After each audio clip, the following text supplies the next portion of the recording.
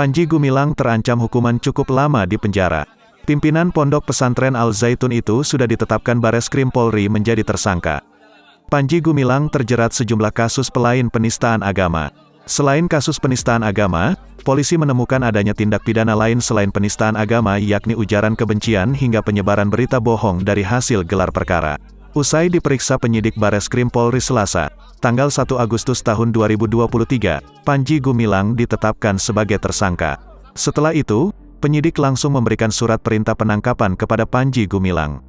Dalam kasus penistaan agama ini, Panji Gumilang dijerat dengan pasal berlapis. Ancaman hukumannya tidak main-main. Panji Gumilang terancam hukuman 10 tahun penjara.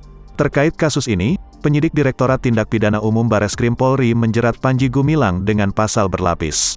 Menurut Direktur Tindak Pidana Umum Bareskrim Polri Brigjen Juhandani Raharjopuro, ancaman hukuman maksimal yang menjerat Panji Gumilang yakni 10 tahun penjara atas perbuatannya tersebut. Panji Gumilang sendiri telah ditetapkan sebagai tersangka dalam kasus penistaan agama setelah diperiksa selama 4 jam di Bareskrim Polri. Penetapan status tersangka ini setelah penyidik Direktorat Tindak Pidana Kriminal Umum Bareskrim Polri melakukan gelar perkara dalam kasus tersebut.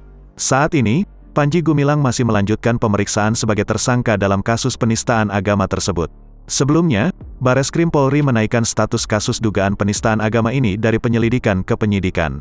Hal ini setelah penyidik melakukan gelar perkara setelah Panji Gumilang diperiksa di Bareskrim Polri, Jakarta, Senin, tanggal 3 Juli tahun 2023, malam. Selain penistaan agama, polisi menemukan adanya tindak pidana lain selain penistaan agama yakni ujaran kebencian hingga penyebaran berita bohong dari hasil gelar perkara.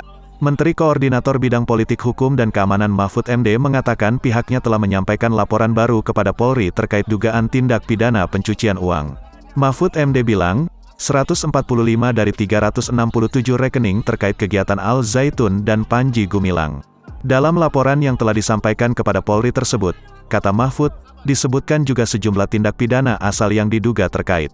Tindak pidana asal yang diduga terkait tersebut, kata dia, diantaranya penggelapan,